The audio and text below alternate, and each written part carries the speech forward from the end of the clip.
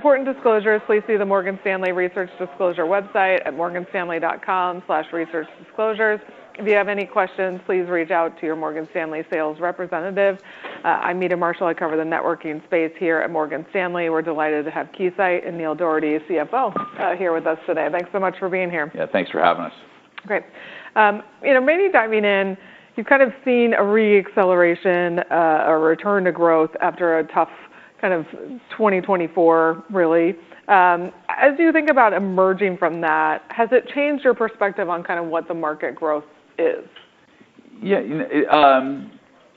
I think at the highest level, the answer to that question is no, right? Yeah. If you go back to 2023, our Analyst Day in March, we outlined what we thought was going to be kind of the over the cycle growth rates for the end markets in which we participate. So commercial comms, 4 to 6.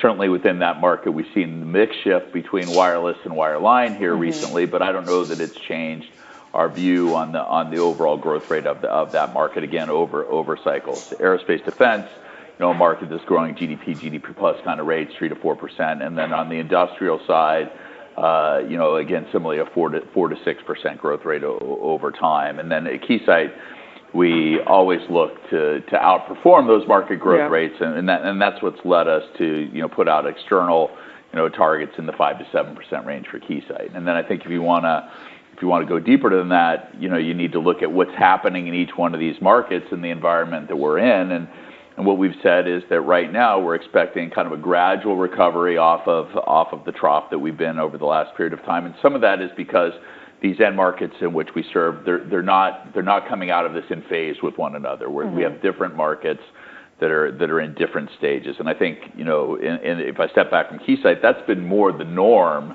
Yeah. Is that the diversity of Keysight? You tend to have some markets that are inflecting positively, whereas others might be in various other states. So, kind of stepping through them on the commercial comm side, we talk about wireless and wireline.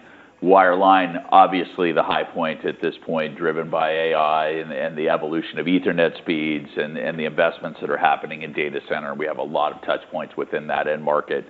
Clearly the highlight of kind of our market exposure at this point.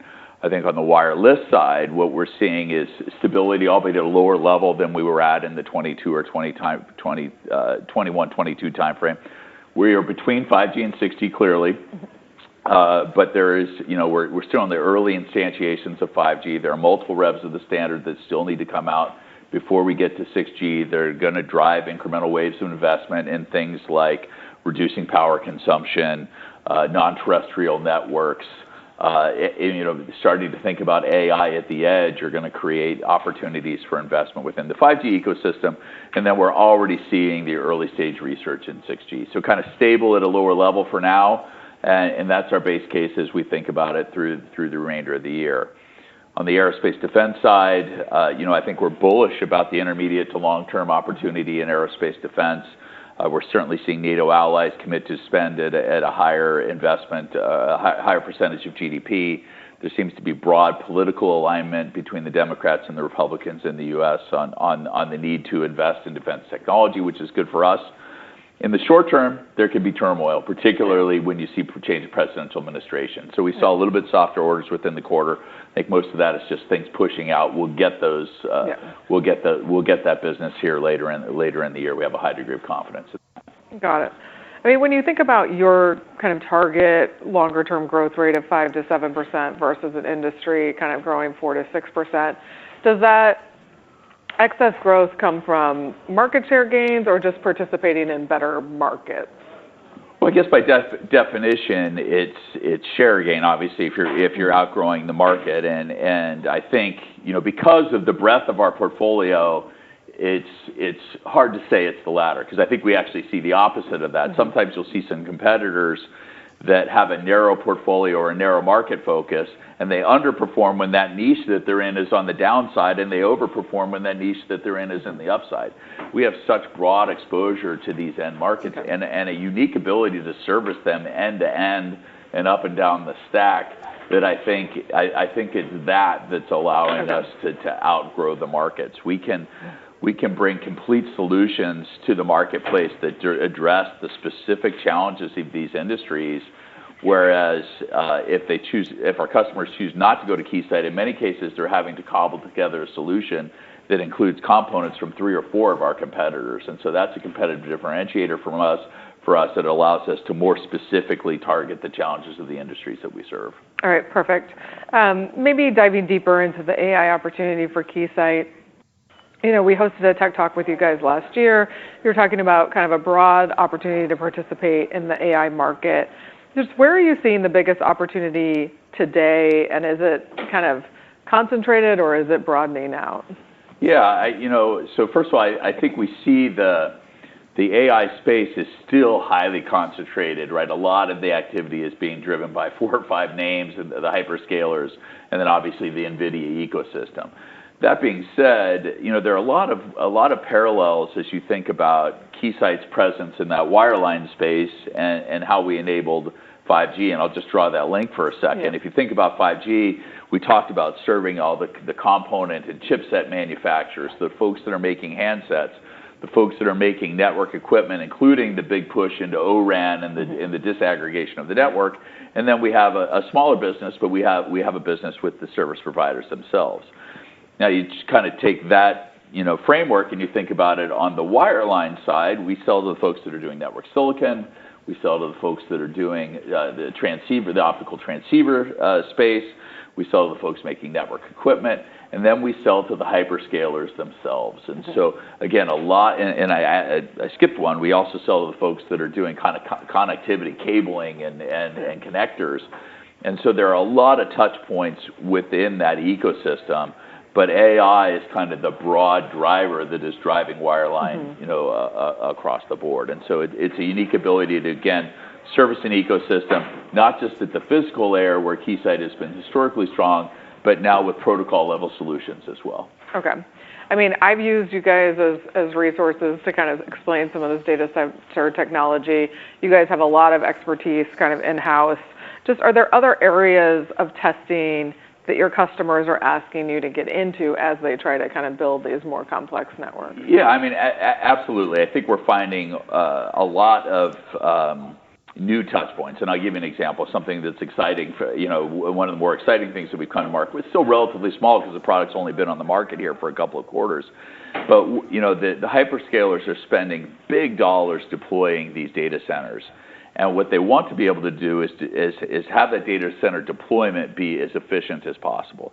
And so we've come up with a solution which we're selling to the hyperscale. This essentially allows them to model their AI workloads in a lab environment so they can fine-tune how the data flows across those networks, optimize the data center design, and then ultimately deploy a more efficient network. So that's one. There are others as well, but that's one that's already in the marketplace of how we're able to go in, see a challenge that an industry is facing, look at technology that exists across Keysight, and provide a solution that addresses a specific challenge. All right, perfect.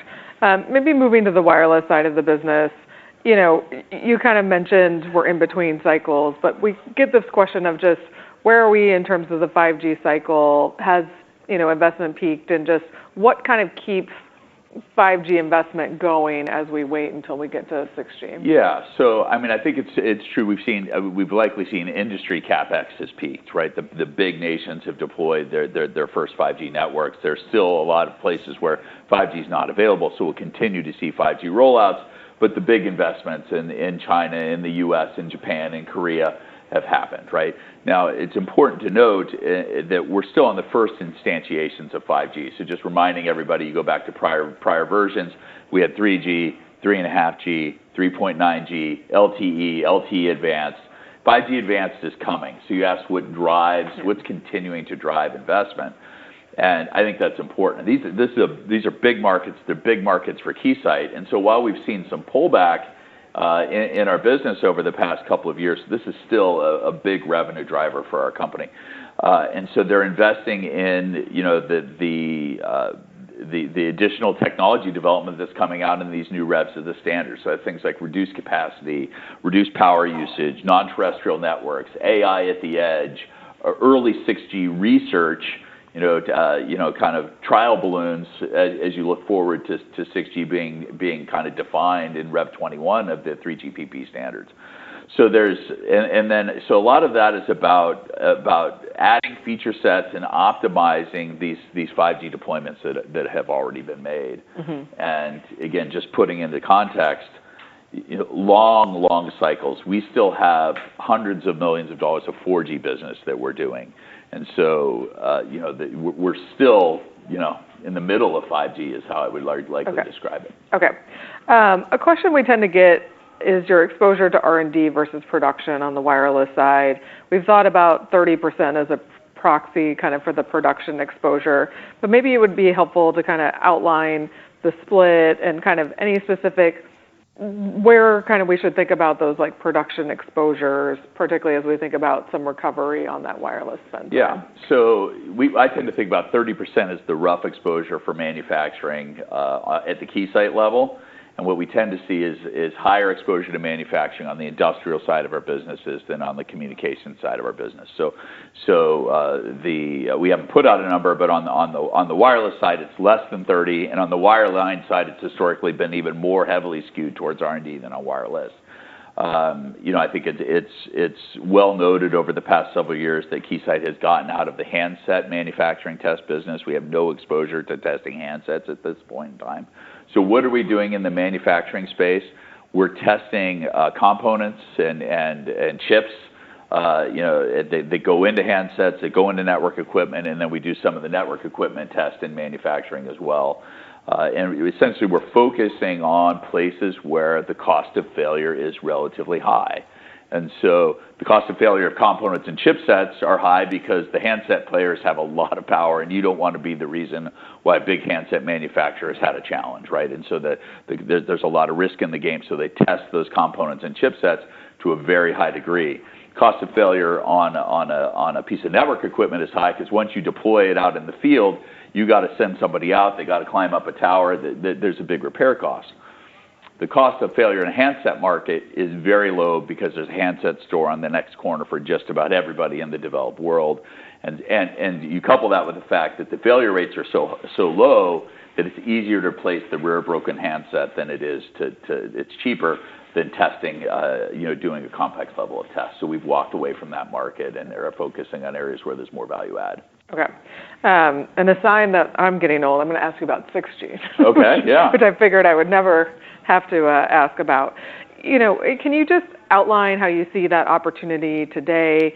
Just kind of what are milestones we should be thinking of, or when can we really be having a conversation about 6G? And just do you see that you gained a lot of share in 5G? Just how do you see the competitive environment shaping up for 6G? Yeah, I mean, I think, first of all, so where are we in 6G? At Keysight, we think about 6G deployment from a commercial perspective probably happening sometime 2029, 2030, maybe with some reasonably sized trials in 28. People sometimes point to the LA Olympics in 28 as a place where you might see some sort of a reasonable trial of 6G technology. And so from a Keysight perspective, you think about developing all of the again, components, devices, network equipment that are going to meet a deployment sometime in the 2029 timeframe.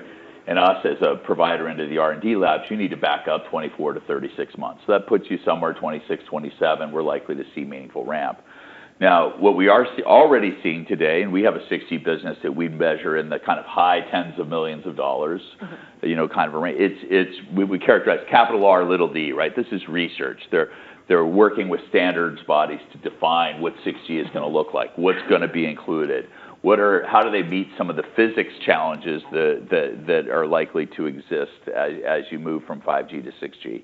And so we're starting to see that activity.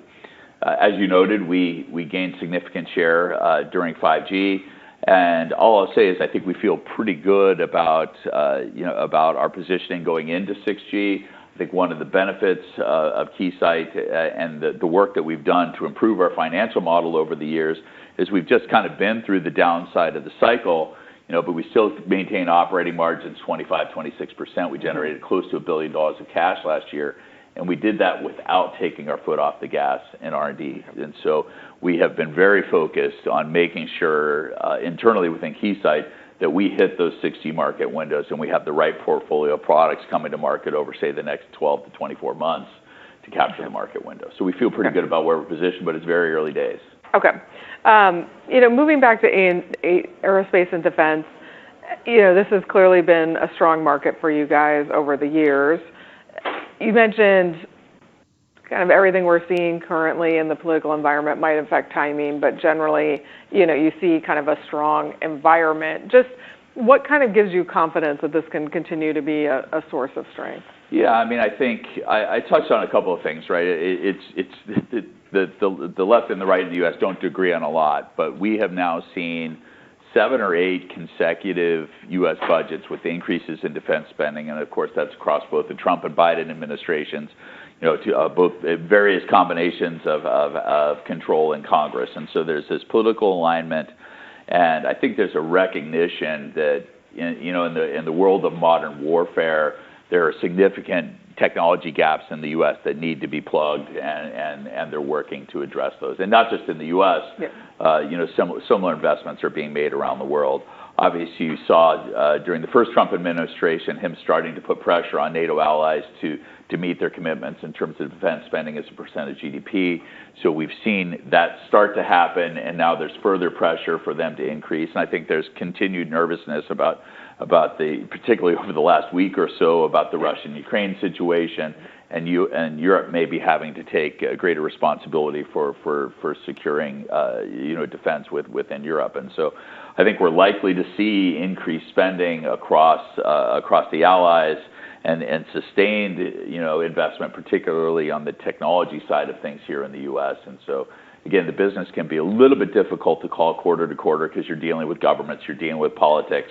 But it tends to be easier to call over the longer term for these reasons, and the fact that once you're in these programs, they can be decades-long kinds of programs. Yeah. And so there's a stability factor that comes with that. Okay, and just reminding investors of kind of what that A&D business looks like between the U.S. and international. Yeah, so our business, we at the highest level, you'd say maybe 50% U.S., 50% international. But I think you need to then take into account that a lot of the allies are buying product out of U.S. programs. So if you cut it a different way, you'd say maybe 65% of the business for us is in some way linked to U.S. programs, even if the end destination is an offshore entity. All right, perfect. Maybe on the fiscal Q1 call last week, you talked about kind of broadening the customer base of ESI, one of your acquisitions you did last year, or might have been late 2023. You talked about broadening that customer base into aerospace and defense and kind of other areas of the business. Can you just remind the audience of kind of what ESI does and just the process of selling that business into other verticals? Yeah, absolutely. So maybe step back even a step further. Keysight is working to build out a franchise around design engineering software. We've had a long-term presence in that space back into the early 1990s with our RF and microwave EDA business. We have the #1 franchise in RF and microwave EDA. But what we recognize is that our engineering customer, particularly as the ability to do digital twins and model and emulate various different types of systems, as the simulation emulation models have gotten dramatically better over the last several years, there's a desire for our engineering customer to spend more time upfront in the design process, simulating, emulating, digital twinning, if you want to use it as a verb, because those models are so much better before they build expensive prototypes. And so what we're looking to do is connect that ecosystem, get customers using Keysight simulation and emulation tools, but we need a broader portfolio of them before they build prototypes, and ideally build by Keysight's hardware and software solutions to test physical prototypes.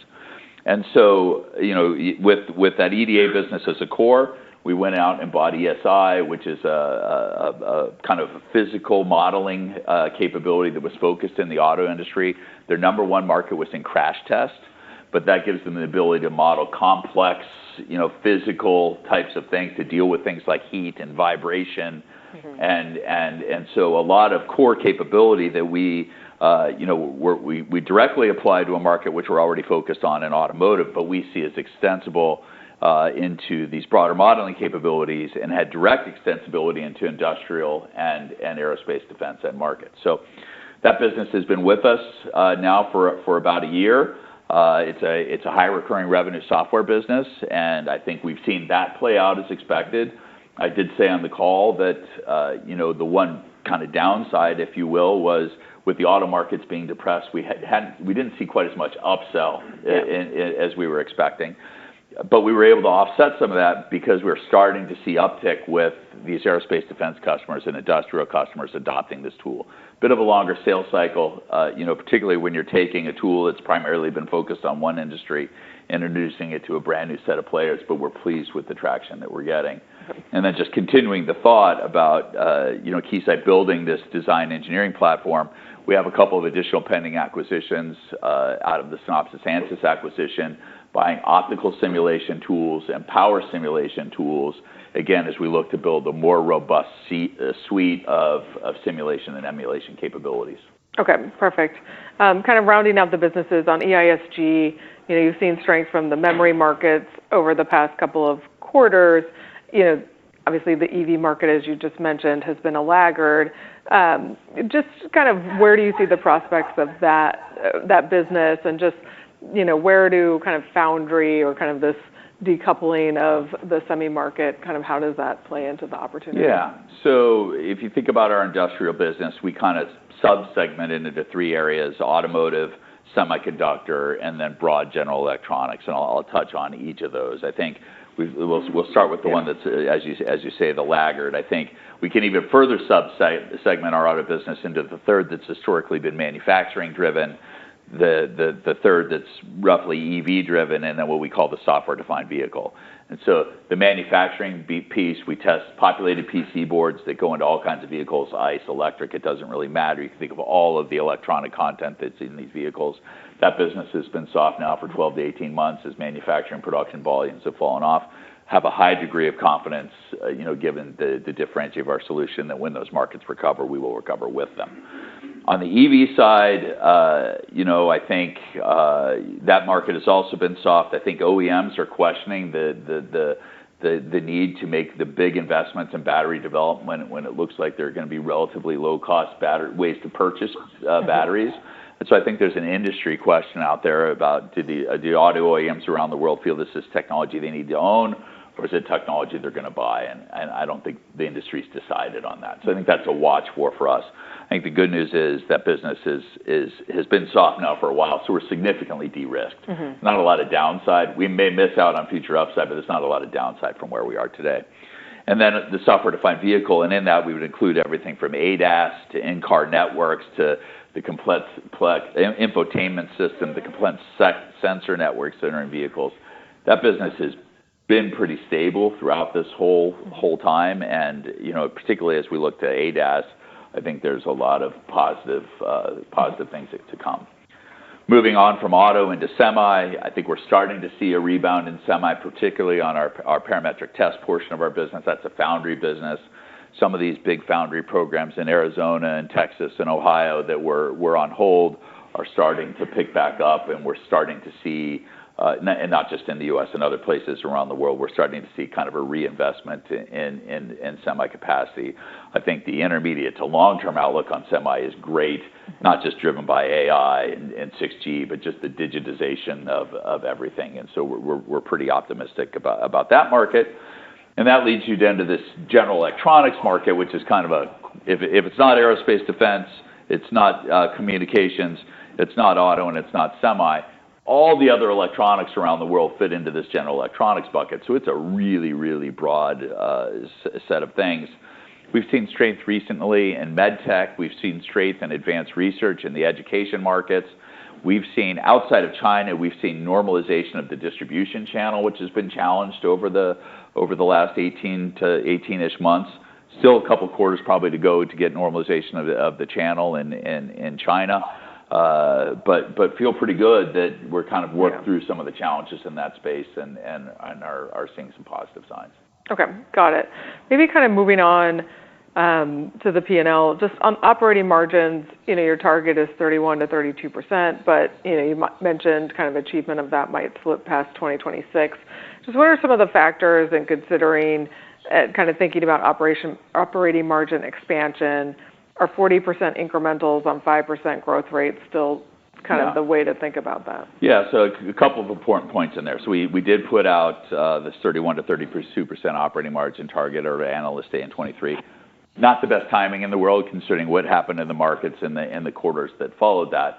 But we're not backing off of that target. I think it's pretty clear at this point that we're going to have to push out the timeline from 26. But we definitely see a path to get there. Our base model calls for us to deliver 40% operating leverage when our businesses grow 5% or more. And so I think that is still an accurate way to think about it. But one of the things you can see through looking through our history, that there are points in time where growth is materially above 5%, and when it is materially above 5%, we can often overachieve on that 40% incremental. So if you start thinking about closing the gap from where we are today in the mid to high 20s up to 31 or 32, if you want to accelerate that, we're going to need some periods of time where growth accelerates. I think the other thing that can help us is as we get these acquisitions closed and start to fold them into our business, both the Spirent business, which is a pending acquisition, that has north of 70% gross margins, and then the two businesses that we're buying out of the Synopsys Ansys acquisition, those are software businesses with very high gross margins as well. So the extent that we can leverage our sales channel, leverage our low-cost back office, those things to have a chance to, on a post-integration basis, to turbocharge earnings growth. Got it. Maybe just a question, obviously very topical this week, just around tariffs and how to kind of think about where your exposure lies or kind of how to contextualize, how you're looking to mitigate any potential exposure. Yeah. I don't have a crystal ball, right? It's a crazy time, but I can say that Keysight as a whole, we do not have measurable exposure in Canada, Mexico, or China. So we're not worried about direct first-level tariff impacts from those regions. We're more worried about macro or industry-specific impacts, which frankly could be positive or negative. The negative, I think, is obvious, but as people potentially look to make investments to shift supply chains in response of tariffs, there could be some positive responses as well. I think as Trump talks about broader tariffs or reciprocal tariffs, our primary finished goods manufacturing is in Malaysia, and so we'll be watching that very carefully. There are other areas around the world where we do some manufacturing, and so I think the devil's in the details, not just which country, but how are those tariffs structured? Do they target specific industries? How do they deal with U.S. content? All of those things, and we're monitoring the situation very closely, thinking about potential contingencies, but right now, not taking any specific actions. Got it. Okay. I maybe want to spend the last bit of this time. You've been very acquisitive. You have a number of acquisitions that are kind of pending. Just kind of status of the pending acquisitions, maybe to start with. Yeah. So, I think, again, kind of stepping back, we've always had a desire to continue to grow our business profitably through M&A. I think we're disciplined acquirers, and so if you go back to 21, 22, valuations were sky high. We didn't do a lot of deals of size, right? We did some tuck-ins here or there and kind of bided our time. And I think we're pleased that as this market correction in our space has come, I talked earlier about keeping our foot on the gas from an R&D perspective. The other thing we were able to do is maintain dry powder and act on some acquisitions. You mentioned DSI, software acquisition, Spirent, the Synopsys Ansys acquisitions, and get some opportunities that we felt were pretty favorable valuations that met our return hurdles. And so I think that patience, that discipline is set to pay for itself. I think that we have 3 deals right now that are tied up in various regulatory schemes. First is Keysight's acquisition of Spirent. We are working very hard to get that acquisition closed by the end of our first half, which will be April 30th. We did announce earlier this week that we'd announced previously there's a divestiture that's going to be required to get that acquisition closed. We now have a signed contract with the buyer, Viavi, to buy the high-speed Ethernet business and security business that is part of Spirent, and so we're continuing to work with. There's a decision date for the CMA coming up on March 13th, and so we're continuing to work with the regulatory authorities to advance towards that April 30th date. Synopsys Ansys, similarly, they're working through their process. I believe I saw an announcement this morning that they got a decision out of the CMA that's positive. They've gone and raised capital, so again, I think we take that as a positive sign that their confidence is increasing. But these things are unpredictable. So we're all continuing to work it and advance it, and we'll see. Okay. Can I just ask a clarifying question there? Just the size of the business. Is what you sold the entire network and security business out of Spirent, or just a portion of it? So let's talk about I believe the precision location business was actually managed within that security portfolio. So primarily what we're keeping are the two things we most coveted.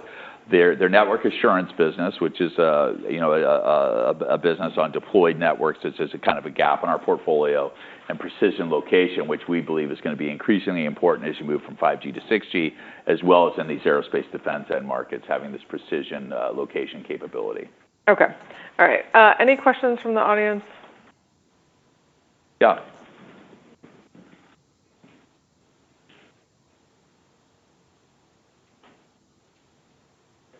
Yep. Yep. All right. I just wanted to ask about defense. I think, investors might have a misunderstanding of the exposure that, perhaps it's subject to risk of DOGE efficiency improvements that the U.S. government's trying to make. I think you guys also have a very large foreign exposure. And my guess is the things that you guys attack in the U.S. are strategic areas for the U.S. to invest, but maybe you could just speak a little bit about that. Yeah. So as I said earlier, about half of the exposure is to the rest of the world, and about half of it is U.S., both direct to the government as well as to the prime contractors. I think, obviously the DOGE has not yet really turned its focus to the Pentagon. But I would say that based on what we know today, we're not overwhelmingly concerned, right? I think they're going to look for gross inefficiencies in the procurement process within the DoD, but are unlikely to target the kinds of technology-driven investments, advancing things like electromagnetic spectrum operations, communications networks, these secure communications networks, the types of things that are necessary in modern warfare, I think are unlikely to be the targets of DOGE. So never say never. Honest answer is, as I said earlier, there's a lot of chaos. We don't really know. But right now we do not have a tremendous concern about exposure from things like DOGE. Again, the broad political alignment in the U.S. And new commitments externally to invest in defense technology, and I think that bodes well for Keysight going forward. So we're bullish on the outlook over the intermediate to long term. All right, perfect. Maybe last question that we're kind of asking everybody at the conference, just how are you using AI internally within Keysight, and or how are you looking to use it over the next couple of years? Yeah, it's a great question. I think we have kicked off an AI initiative that within Keysight that has three prongs. So the first one we've already kind of talked about, which is Keysight or AI as an end market, right? How do we maximize Keysight's participation in this market boom that's being driven by AI? We've talked a lot about that. The second prong of this three-pronged approach is how do we use AI, within our complex solutions to provide better outcomes for our customers, right? As many of you know, AI is really about manipulating large data repositories, and these solutions that we make throw out tremendous amounts of data. A high-end precision instrument would sample at the rate of 200 billion precision measurements per second. So you do have a big data problem.